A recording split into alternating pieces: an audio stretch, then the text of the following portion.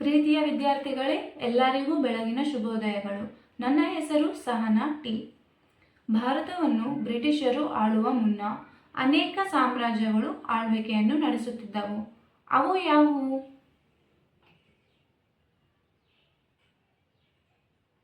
ಹೌದು, ವರ್ಧನರು, ಶಾತವಾಹನರು, ಗುಪ್ತರು, ಮೌರ್ಯರು, ವಿಜಯನಗರ ಸಾಮ್ರಾಜ್ಯದವರು, ಮರಾಠರು, ಮೊಘಲರು ಹೀಗೆ ಇತ್ಯಾದಿ ಸಾಮ್ರಾಜ್ಯಗಳು ಭಾರತವನ್ನು ಆಳ್ವಿಕೆ ಮಾಡಿವೆ. ಮಕ್ಕಳೇ, ಈಗ ನಾನು ಒಂದು ಕಥೆಯನ್ನು ಹೇಳುತ್ತೇನೆ.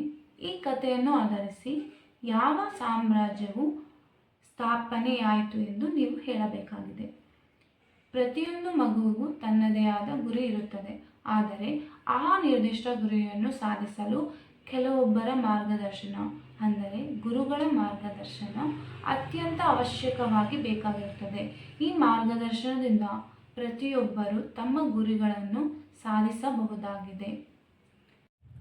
ಅದೇ ರೀತಿಯಾಗಿ ಭಾರತದ ಇತಿಹಾಸದಲ್ಲಿಯೇ ಗುರುಗಳ ಮಾರ್ಗದರ್ಶನ ಪಡೆದ ಒಬ್ಬ ವ್ಯಕ್ತಿಯು ಒಂದು ಮಹಾನ್ ಸಾಮ್ರಾಜ್ಯವನ್ನು ಸೋಲಿಸಿ ತನ್ನ ಸಾಮ್ರಾಜ್ಯವನ್ನು ಸ್ಥಾಪಿಸುತ್ತಾನೆ. ಮಕ್ಕಳೇ, ಈ ಕಥೆಯಲ್ಲಿ ಆ ಗುರುಗಳು ಯಾರು? ಹೌದು, ಆ ಗುರುಗಳು ಕೌಟಿಲ್ಯರವರಾಗಿದ್ದಾರೆ.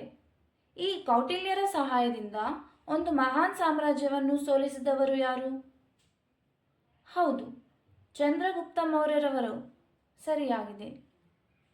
ಈ ಚಂದ್ರಗುಪ್ತ ಮೌರ್ಯರು ಸ್ಥಾಪಿಸಿದ ಮೌರ್ಯ ಸಾಮ್ರಾಜ್ಯದ ಕುರಿತು ಇಂದಿನ ತರಗತಿಯಲ್ಲಿ ತಿಳಿದುಕೊಳ್ಳೋಣ.